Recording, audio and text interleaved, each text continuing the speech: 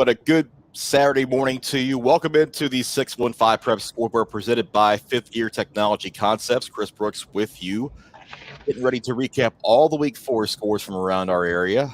Let's go ahead and bring in Scott Burton and Cam Reed. Good morning, guys. How are you? Good morning. Morning. My first question to both of you. Was that moon totally full last night? Because I think that might explain some of these scores we're about to go over. Definitely a bad moon rising. There was definitely some surprises out there last night across the mid-state. There were a lot of those, and I think when we look back at this week, it kind of shapes how the second half of the season may very well play out for a lot of teams in this area. Let's get into it. We've got plenty of scores to go over, and let's go over these Thursday nighters. Of course, first with Centennial, 42-6 winners at Antioch. The Cougars at 3-1. They get a region game with Summit next week, and Antioch falls to 0-4, where they'll travel to Smyrna in week number 5. NBA 35-10 winners over CPA. Marcel Reed, 10 of 13, 119 yards with a TD and interception. Also ran for 84 yards and 3 touchdowns on the ground as NBA kind of keeps rolling. They've taken revenge on the teams that beat them last year so far. So the Big Red in a good spot entering the middle part of this season. So Pope Prep over Independence 45-14. We've got those highlights for you actually as we were out there on Thursday night, Scott. While I pull those up, tell me your impression of Pope as that Knights team kind of had its way with Indy. Yeah, it was a dominating performance by Pope Prep. You take out the two defensive scores, the 2 Josh Maylander interceptions, and it was still a dominating performance offensively and defensively. I think that they just got after him early, but what a show! What a show on both sides of the ball by the Knights. Independence, they'll get over it, but it's good thing but they've got some issues that they've got to address. Some of these highlights. First, Chet lacks a 6-yard touchdown pass from Kenny Minchey. Yes, he did hang on to it. 7-0 Pope early first quarter. Here's the first of those 2 pick sixes for Josh Maylander. Went off Ty Lockwood's hand, and Maylander goes 31 yards. 14-0 Pope with 6:14 left in the first. 3 plays later, same thing happens. They go after Lockwood. No dice. Maylander gets it. Pick 6 for the Knights. 21-0. Pope Prep, and it happened in the span of 2 minutes and 11 seconds. On to quarter number 2. Knights keep on rolling. Here's Elijah Robb. A 6-yard touchdown run for the Knights, the first of his 2 TD scores for Pope Prep, 28-0. Will Arbuckle right here adds a 32-yard field goal. No problem for the Knights place kicker. 31-0 Pope within the final minute of the first half. The last play of the half, or would have been, Maylander hauls in the Hail Mary in the end zone for his 3rd pick of the half and gets it all the way back, 100-yard pick 6, but you see that block and the flag. A 100-yard pick 6 nullified, which would have made it 38-0. Instead, it's just 31-0 at the half. Maylander with 3 interceptions on the evening. Third quarter, Sebby Nelson in a quarterback for the Knights. More on that in a moment. Colin Cook on the screen, 26 yards later. It's Pope Prep 38-0. 8:52 left in the third. Elijah Robb in again, 3 yards out this time. 45-0 Pope. No problem for the Knights. Fourth quarter, Indy does get on the board. Brooks Sapone finds Daniel Morales 22 yards later. 45-7. And the Eagles' final score of the evening from sophomore Clay Davis. This 52-yard touchdown run with 2:08 to go in the ball game, making it 45-14. Pope Prep with the win. The Knights now 4-0, and they've got Baylor next week. And we mentioned Kenny Minchey went out just before halftime. Mild shoulder injury. They don't seem concerned about it. He thinks he'll play. He thinks he should play against Baylor next week. So good news there for the Knights. They didn't need it. Kenny Minchey in the second half anyway. Right. On to some interviews. First off, let's start with the guy that had 3 picks, Josh Maylander. 45-14 was the score.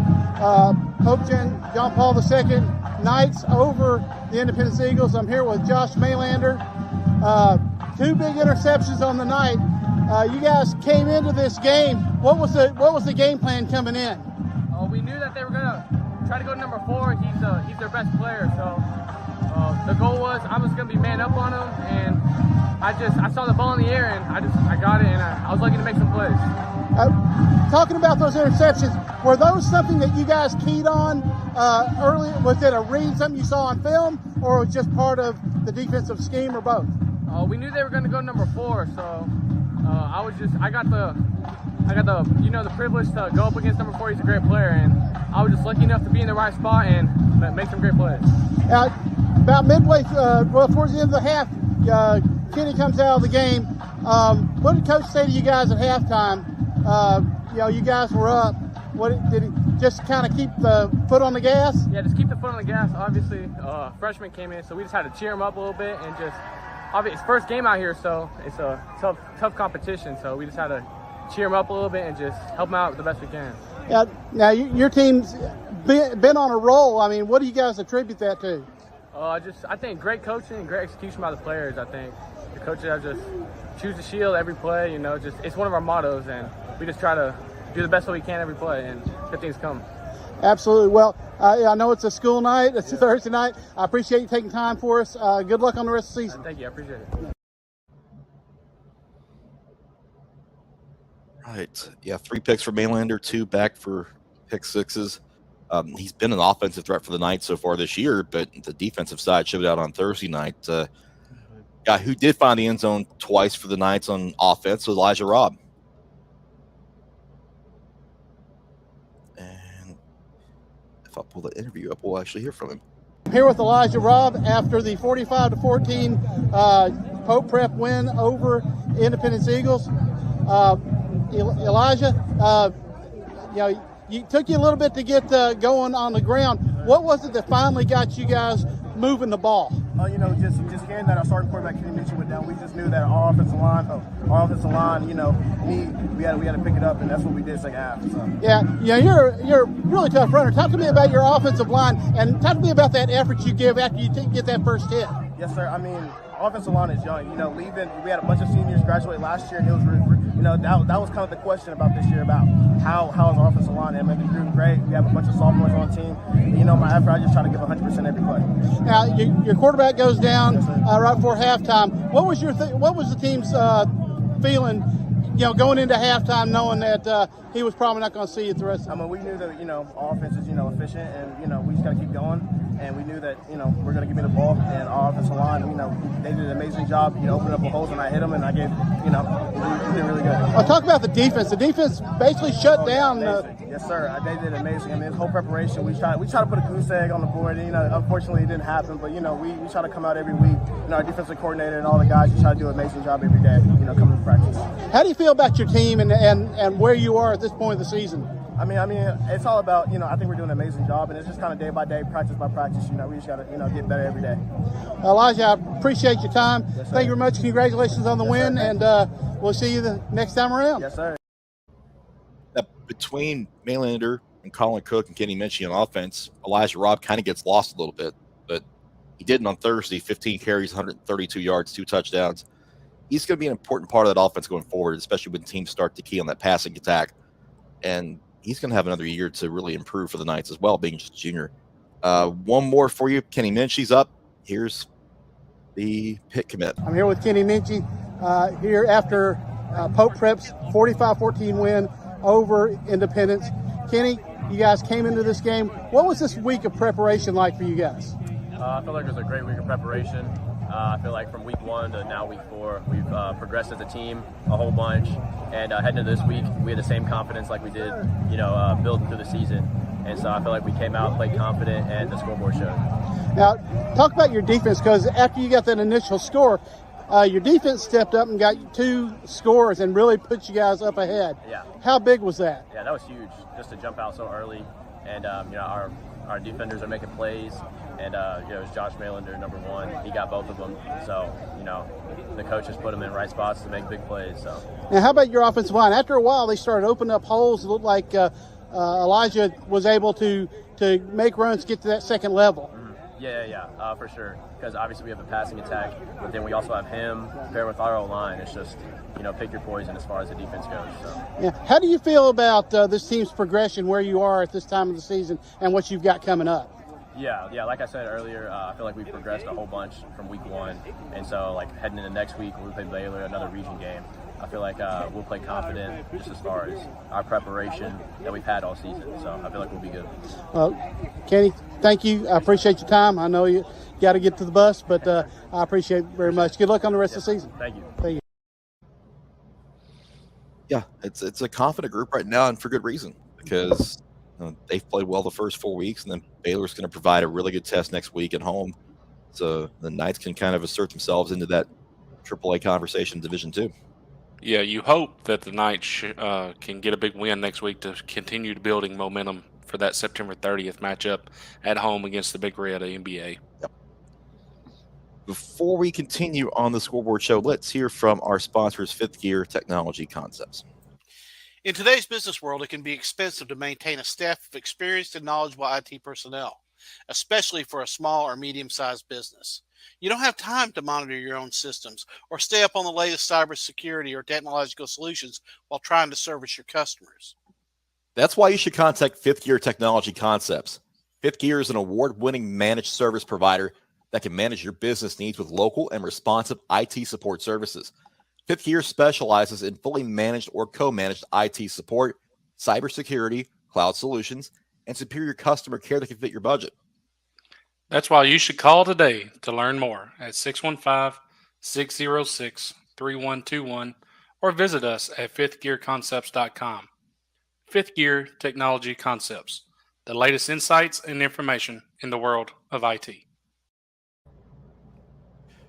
Continuing with those Thursday night scores, Springfield a 35-10 winner at Wilson Central. The Yellow Jackets now 4-0 as they'll travel to Kenwood for a region game next week, while Wilson Central is still looking for win number 1 this year. They'll travel to Hunters Lane in search of that first win. East Roberts had a big winner over Cheatham County 55-14. The Indians at 3-1. They've got Harpeth for what's now a key region game next week as Cheatham County drops to 1-3. Father Ryan 47, Cane Ridge 28. The Irish bounced back from the loss to Pope Prep a week earlier as they win on Thursday night over Cane Ridge. The Ravens, their first loss of the season. They'll head to Laverne in week number 5. Clarksville Academy rolled Republic 53-6. The Cougars 3-1. They get a visit from Nashville Christian next week, while the Trailblazers have an open date and an 0-3 record. From Friday's games, Blackman 54, Summit 21. It's not all to talk about this game, obviously. Some wild numbers from this one. Guys, Blackman joined the 700 club as far as offensive yards were concerned. Yeah, 7-11 is what it wound up being. Had 525 at halftime. Really jumped up on the Spartans early, and the Spartans didn't have an answer for the passing game or the running game, as Blackman had multiple receivers over 100 yards receiving. I believe they had multiple guys up over 100 yards rushing as well. Yeah, just I saw the 7-11 score and took a big gulp. Over 1,000 yards offense in this game. What are you going to do? I mean, that's just video game numbers coming out of Blackman right now. I see what you did there, Scott, and I appreciate it. So, some may not get that reference, but ask your parents. Clarksville 46, Dixon County 20. The Wildcats get to level 500 at 2-2. They'll host Beach next week in their key region contest, while Dixon County still looking for win number 1. They will host McGavock in a region game next week. DeKalb County 26, Watertown 14. The Tigers now 3-1 despite not having Briss Trapp after his injury last week. Watertown drops to 1-3, and a key contest against Whites Creek in region play next week for the Purple Tigers. DC8 bounces back after a loss to Friendship Christian a week earlier, 50-6 over White House Heritage. The Wildcats now at 2-2. They've got Columbia Academy at home next week. White House Heritage also 0-4. Looking for win number 1. They'll travel to Sycamore in week number 5. Gordonsville now 2-2, 34-0 winners at Eagleville. The Tigers travel to Lakeway Christian next week. Eagleville's at home against the Tennessee Heat. East Nashville struggled a bit with Hillsboro, 14-0. The Eagles over the Burros. 4-0 mark for the Eagles at least, though they'll travel to Jackson County and region play next week. Hillsboro is at Green Hill. Friendship Christian gave up the first score of the night to Grace Christian, but that was it. 28-7 Commanders in this one. Friendship Christian now 4-0. They are on the road at the Kings Academy next week. Grace Christian is at Mount Juliet Christian on Thursday night. Harpeth 4-0, 35-14 winners over Sycamore. The Indians head to East Robertson for a key region game next week. Sycamore 0-4, seeking win number 1 against White House Heritage in a game where somebody will get into the win column. Hillwood with an upset over Montgomery Central, 14-7. The Hilltoppers now 1-3. They'll hit the road to travel to Marshall County next week. Montgomery Central falls to 1-3. They'll try to get right at Glencliff in week 5. Davidson Academy struggled a bit in the first half against Hunter's Lane, but had no problems in the second. 39-6, the final for the Bears. Their first win of the season. They're at home against BGA next week. Hunter's Lane at home against Wilson Central. West Creek now 2-2 with a 28-20 win at Kenwood. The Coyotes now 2-2. They've got Rossview next week, while Kenwood is 1-3 and gets Springfield coming in week 5. Arian Carter had a big night for Smyrna, 38-6 for the Bulldogs as they whip Laverne. And the Bulldogs now 3-0 with a region game against Antioch next week. Laverne 1-3. They draw Cane Ridge. So it's not any easier for the Wolverines. And here might be the upset of the night. Siegel 31, Lebanon 28 in overtime. The Stars 3-1, and trust me, they've got everybody on notice. Blake Schofield for Siegel, 30-yard field goal in overtime for the winning points. Corey Sims sent it to overtime with a 2-yard touchdown run on 4th and goal in the final moments to put that thing into the extra session. Lebanon 3-1. They'll travel to Coffee County next week. Siegel gets Oakland as a present for this win. Guys, let's talk about this one for just a minute. We've talked about Lebanon all year long about them possibly being a sleeper state contender. Does this loss change that? No. We talked about it. Unfortunately, it was off there, but me and you talked about this, Chris. This was a sleeper type game with Siegel coming in. They beat a really good Green Hill team in week 1. They're definitely a team that was flying under the radar, and I believe this could have had a little bit to do with the outcome as Lebanon maybe looking ahead to some region games. Lebanon has handily beaten everybody else that they've played. I also believe that Siegel will prove to be better than what a lot of people think. It's clearly they're 3-1 now, heading to play Oakland. This Lebanon team has still got a lot of talent. They're still really good in the line. They'll learn from this game, and they'll move forward. They're still right there in the top half, of the top 10 in 6A. Scott, you and I were at Ravenwood last night, and we got to see Oakland, and Kevin Creasy asked about the specific score. When I showed it to him, his face lit up. And it was one of surprise for sure because he didn't expect this result. So something for them to consider. They have Oakland's full attention. Yeah, I think that unfortunately may have been something that Lebanon could have used was a Siegel upset last week of Rockville. May have, put the Blue Devils on notice. Coach Creasy can go back now and go to his team and say, guys, you can't sleep on this. Siegel had a chance to win this in regulation, actually. Lebanon, as a precursor to what happened, went for it on 4th and 1, didn't get it, and Siegel missed a 43-yarder wide to win in regulation just for it to basically play itself out in overtime. So, Siegel's defense is nothing to scoff at. They made stop after stop, and Lebanon did make mistakes. I think the Blue Devils learned from this. I think they come out and, I don't think I'd want to be Coffee County next week. No, that may be a very focused Lebanon team going into Coffee County to try to exact a little revenge for this loss. Another surprising score. Walk out into Stratford, 57-0 over McGavock, a team that had played pretty well in the first 3 weeks of the season. Stratford said, we're not worried about it. 57-0 Spartans. They're 1-2. It's their first win of the season. They'll host Maplewood next week. McGavock, their first loss of the season, actually their second loss of the season, after the one to Cane Ridge. They're at Dixon County in region play next week. Stratford came out of nowhere for this one. Yeah, it's just one of those deals for me. You know, when you get into the Metro schools, I really think that there's a bunch of wild cards in Metro because you never, even the good teams, you don't know what you're going to get from a week-to-week basis. So this one was definitely a shocker.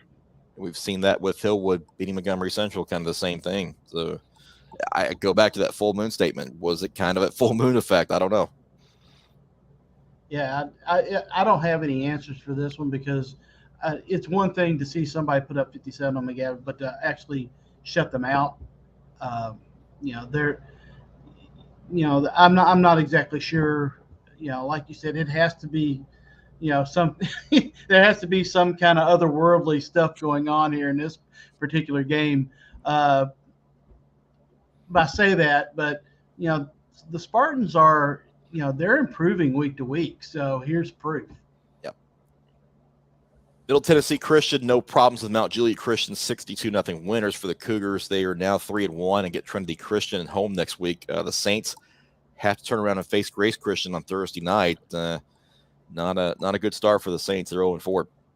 Nashville Christian, 31-7 winners over BGA. The Eagles get their first win of the season, and they'll travel to Clarksville Academy next week. BGA still looking for win number 1. It's not going to be any easier. They'll travel to Davidson Academy to face the Bears in week 5. Nolensville had no trouble. Liberty Creek 53-7 for the Knights. Nolensville now 4-0, and they get Columbia for a key region game next week. Liberty Creek will get Chattanooga Prep in week 5. Northwest a 20-6 winner over Whites Creek. The Vikings now level at 500. They're traveling to Henry County next week to try to get above 500. Whites Creek 1-3. They're headed to Watertown in week 5. Overton 42-0 over Maplewood. The Bobcats now 3-1. They're traveled to Northwest. And Maplewood, actually, that's incorrect on Overton's schedule, but we'll move on. Maplewood 1-3. They're at Stratford next week. Procone 35, Creekwood 7. The Firebirds now 2-2 after an 0-2 start. Creekwood falls to 1-3. They travel to Tullahoma. Procone's at Lawrence County next week. Portland 49, White House 21. One of those rivalry games that just kind of got one-sided this time around for the Panthers. They're at Northeast next week at the 3-1 mark. White House now 2-2, and they get Waverly at home. Oakland 45, Ravenwood 31. This one was a fun one from the start. Plenty to go over in this one, so let's get those highlights rolling here in just a moment.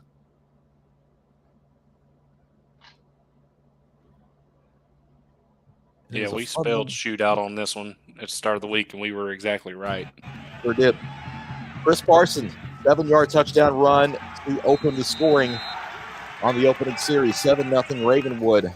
It took all of one offensive play for Oakland to respond, though. Here's P.T. Hill. 31 yards later, the Oakland sophomore finds the end zone. And we're all even at 7. Wild first quarter, plenty of pace to it. Kate Hewitt here puts Oakland up 14-7 with this 3-yard touchdown run.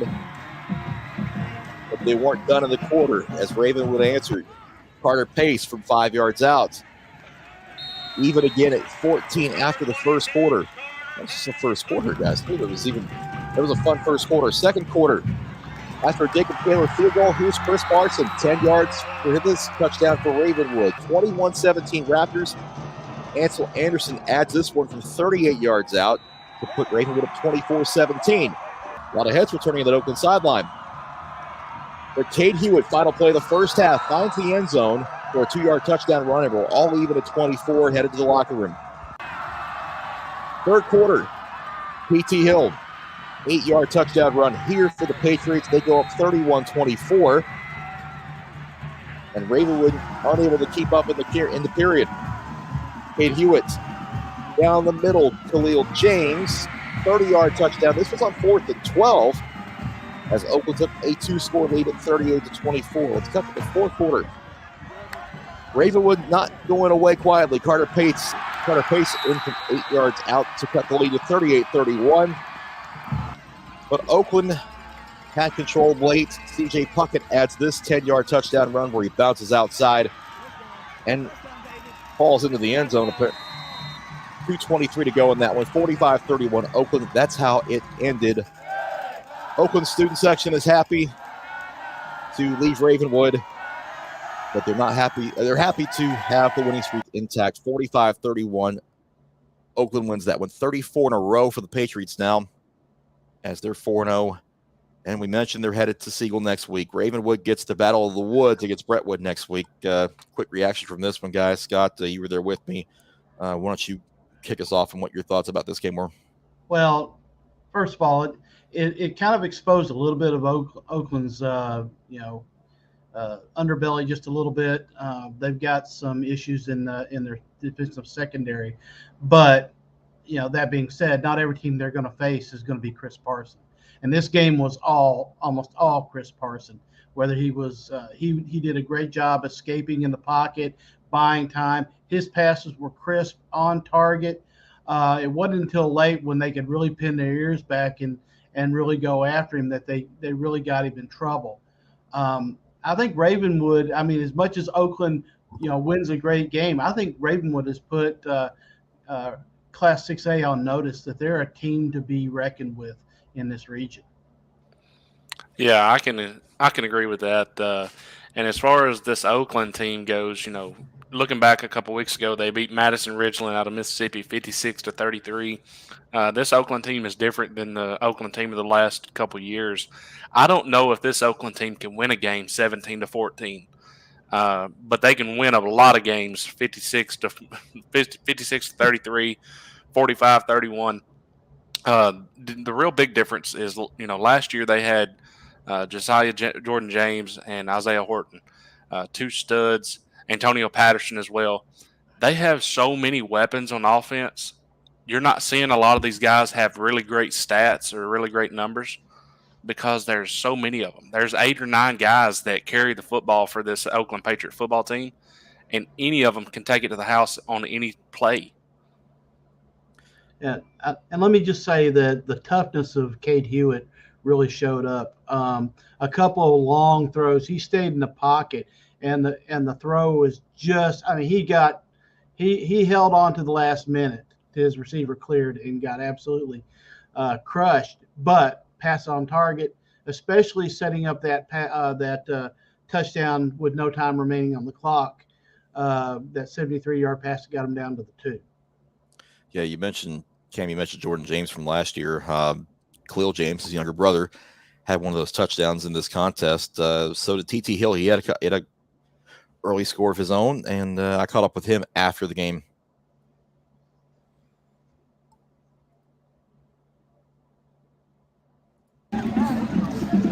Oakland winners over Ravenwood tonight. I've got T.T. Hill with me. T.T., hey, congratulations on the win first off. What was the lead up to this game for you guys as far as the anticipation and what you were going to expect out of Ravenwood tonight? Win, play hard, because we know they're going to play hard, so we brought it, and they had a good crowd, good student section, good players, even good quarterback that made plays. Saw a lot from them I've never seen. The way you guys ended the first half with that long catch from Cade and then him scoring right at the end of the first half, how big was that for momentum first off and just for confidence going into the half? Oh, big time. We need that momentum bad. A big loose swing right there, so we took advantage of it. And the scoreboard now, even though I got it turned off. All right. Tell me a little bit about T.T. Hill, because, some people, they've heard the name, but they may not necessarily know about the name. What should people know about T.T. Hill? Oh, T.T. Hill? Oh, yeah. He's a great guy. Great guy. On and off the field. That's what I gotta say. All right. Describe yourself as a player. Who do you see yourself becoming? I see myself becoming? That's pretty hard. I see myself being really good in the future along the way. I got bright future ahead, I think, pretty sure. I really did. Well, 34 wins in a row for Oakland. The streak goes on another week. Week in and week out, how does this team continue to do it? We prepare the same way, game by game. We don't change nothing. We keep it simple. Never change a thing. But now that you've taken basically a pretty good shot in the mouth and responded well, how do you go into the rest of the season after this game and with the confidence you have? Take it game by game. Keep the same thing, keep counting on. How much fun was tonight for you? Sir? How much fun was tonight for you? Oh, really fun. I love playing Ravenwood. That was a good game. I'm always here at the track, actually in that corner over there. working on track during track season. So I was pretty used to the field and come out here and training. So I like this field, I like the environment. All right, man. Congratulations on a great night and the win, and good luck to you. Thank you. He is going to be a key piece for the next couple of years for them. And the key play right before Hewitt's touchdown at the end of the first half, Hewitt hit Hill for a 73-yard pass that got him down to the 2 or 3 yard line that set up that score. Otherwise, they probably would have kneeled on it and gone to the half down 7. But big play for Hill, big play for Hewitt, and Oakland benefited as a result. Yeah, sophomore. That's the key there. Creasy, Coach Kevin Creasy always seems to find quote unquote workhorse, and he definitely has something there with TT Hill.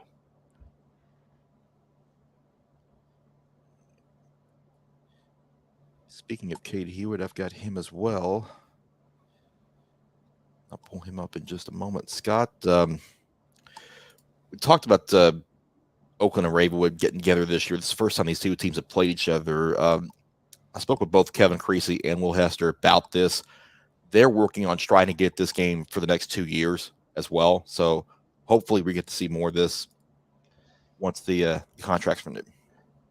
Yeah, it's a good idea. I think more teams need to schedule games like this. It's the old adage, iron sharpens iron. You have a really good school playing a really good school, and you're outside of the region. So if you do end up taking a loss, it still makes you better. I mean, there's no reason that big schools like Oakland and Ravenwood shouldn't schedule games like this early in the season to get them prepared for those tough region matchups they have later on in the year. Yeah, it makes perfect sense. All right, here's Cade Hewitt. Here with Cade Hewitt after Oakland's win at Ravenwood. Cade, I look at the end of that first half as a turning point in this game. You guys are down, and a big pass to TT, and then you score in the last play to tie it up at halftime. How big was that sequence, and can you walk me through what was going on there? We just needed one big play. Our defense held them to a stop, and I think that play was exactly what we needed. And the coach made a great call, and we ended up getting in the end zone.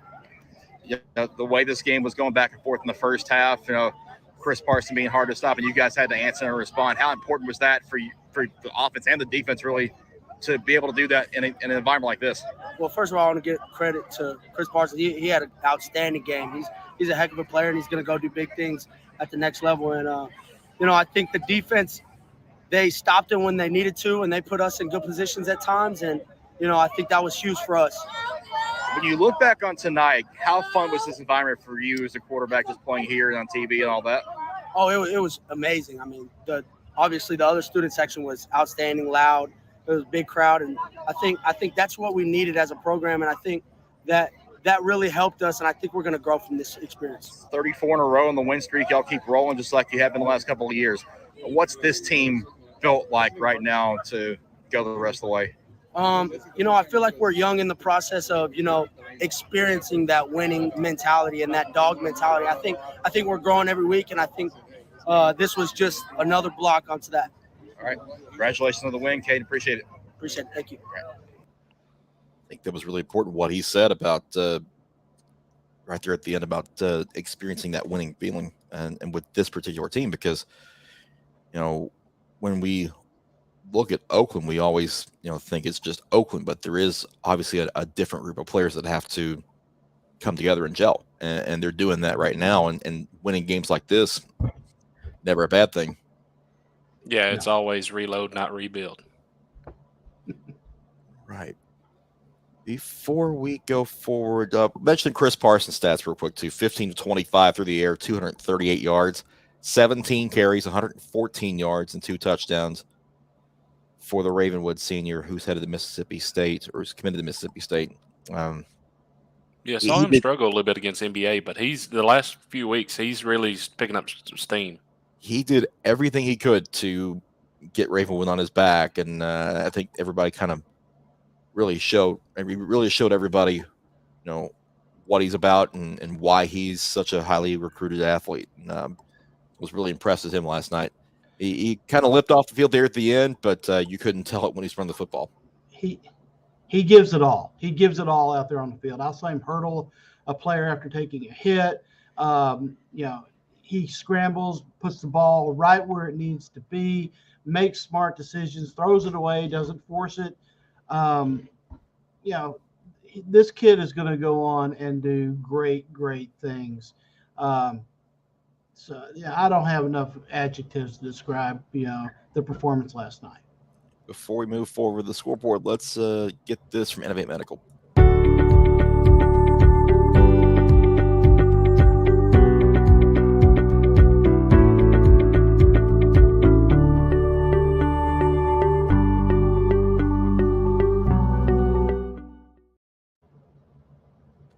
Continuing on with some more scores, Northeast 34, Rossview 20, the Eagles at 2-2, and they'll have Portland coming in for a region game next week. Rossview at West Creek as the Hawks fall to 2-2. Cam, a game you were at last night, Gallatin and Station Camp. The Bison win the Mayor's Cup and actually retain it 28-20, the second year in a row that they've won this game. They went for the Bison.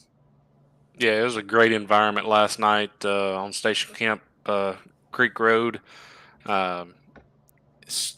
Great environment. Station Camp really coming off that loss last week to White County, where Malachi Dow basically done whatever he wanted to do. This week showed, I know they're out of our area, but Malachi Dow is going to do that to a lot of teams, most teams that he plays. Station Camp showed up this week, really did a good job defensively of stopping the fullback, Zakian Brinkley, for Gallatin. Zakian did have a touchdown run, but they really stuffed the inside and made Gallatin try to play wide. A lot of speeds.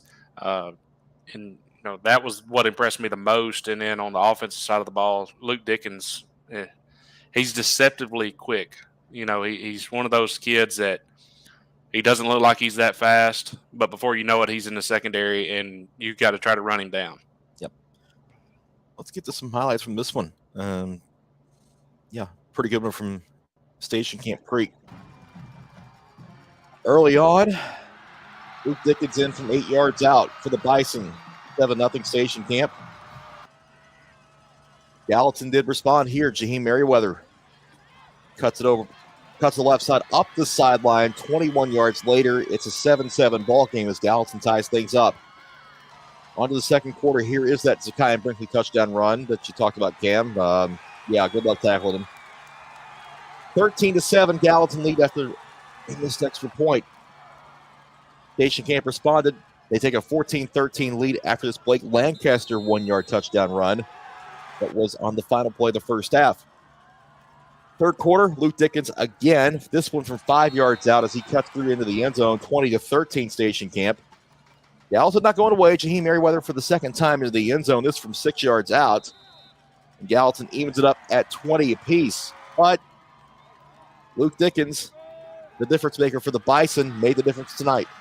Made the difference Friday night. 33 yards on this touchdown run. 28-20 Station Camp. And the Bison maintain the Mayor's Cup for the second year with that win. 28-20 Station Camp. They're now 3-1, and they'll head to West Creek in region play next week. Gallatin is at Hendersonville in our spotlight game for week 5 as they'll face their longtime Sumner County rival in the Commandos. Let's hear from Luke Dickens. I'm here with Luke Dickens, 3 touchdowns tonight and a big win over Gallatin. Coming off a tough loss last week on the road against White County. What was Coach's message this week heading into this game? It used to be a lot more physical than we were. And last week, we didn't get it done. We weren't on our game. But this week, we came out and practiced hard. And I think we deserve this win very much. Seeing the excitement here after the game, what does it mean to beat Gallatin? It means a lot. It shows that Station Camp, we're coming back, and we're not a joke anymore. It's going to be like that for a while. Guys, y'all had a good start to the season last year, and people thought that it was a fluke. Y'all are proving this season that it's not a fluke. Yes, sir. Just talk a little bit about the momentum that you want to build heading into region play at the end of the year. Yes, sir. We need to move towards moving the ball a little bit quicker, get into more of our trigger offense. And D, we gotta knock out all the little penalties, little stuff. It's just little stuff, pretty much. All right, thank you, Luke. Congratulations. Yes, sir. let's hear from Station Camp head coach Brent Alexander as well. I'm here with Coach Alexander after the big win, 28-20 over rival Gallatin. Coach, tell me about how the game went. Like I said, it could have went either way. I mean, it battled back and forth. We started out going up, they came back, battled right back, took the lead. A lot of some ugly play within the game. I know they had the ball on the ground quite a few times, just stalled some drives. We fumbled, had a lot of penalties in the game, but overall, I think we were resilient. We kept fighting, and was able to come out with the win in the end. Coach, last week you faced a really good athlete in Malachi Dow. This week again with Jaheim Merriweather. What was the key to slowing Jaheim down this week? Well, overall, like going back to last week, what I challenged my guys on was discipline. Doing your job, play in, play out, not trying to do something special and break basically your rules from one play to the next. So what we did this week is really just focused on us. And by doing our jobs, I think we were in the right place. They made some plays along the way, but we were able to contain a lot of those runs and allowed us to stay in the game. Coach, tell me a little bit about the line play. I really thought that you guys controlled the line of scrimmage on both sides of the ball. Talk a little bit about your line. We absolutely worked all week and just on our interior line on both sides of the ball. I mean, a lot of live stuff, a lot more banging than we probably like to do at this point in time of the year. But we knew we had to get our pad level low. I've never seen Gallatin's line come off the way they did. They actually come right off, and they come off the ball, hit people in the mouth, and we knew we needed to respond, and I was just glad the way our guys responded to it. Talk a little bit about the leadership from Luke Dickens there at the quarterback position. 3 touchdowns tonight. He's really emerged over the last couple of weeks.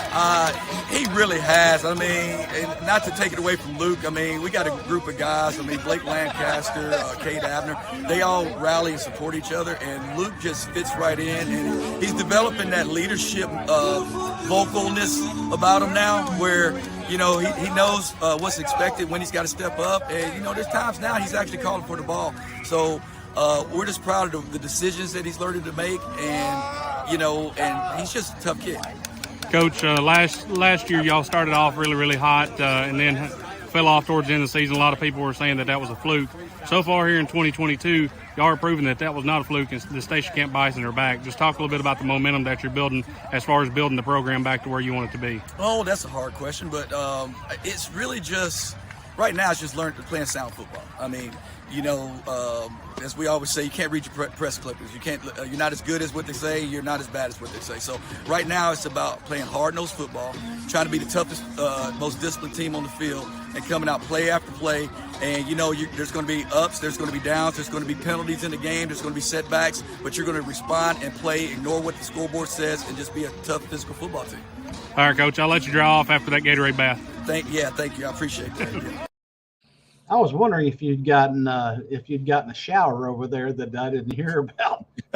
Yes, he did get a shower, and Gatorade has a distinct smell. It's kind of pleasant after a game smelling Gatorade instead of players. Yeah, definitely a good smell for the Bison. They're 3-1. Stewart's Creek into the win column for the first time this year. The Redhawks 24-17 winners over Franklin, and they get Blackman coming in to see the Redhawks next week. Franklin gets Independence at home. Macon County 42, Trousdale County nothing. Tigers are 4-0, and they'll travel to Livingston Academy next week. Trousdale County 0-4 as they get a region contest against Westmoreland. Gabe Borders in this one for Macon County, 15 carries, 167 yards, 3 touchdowns, threw a touchdown pass, had a sack, and a blocked punt as well. So, and I'll add on this one. The score was 14-0 at halftime. This Trousdale County team's getting better. So by the end of the year, watch out. They could still find their way in the playoffs. Yeah.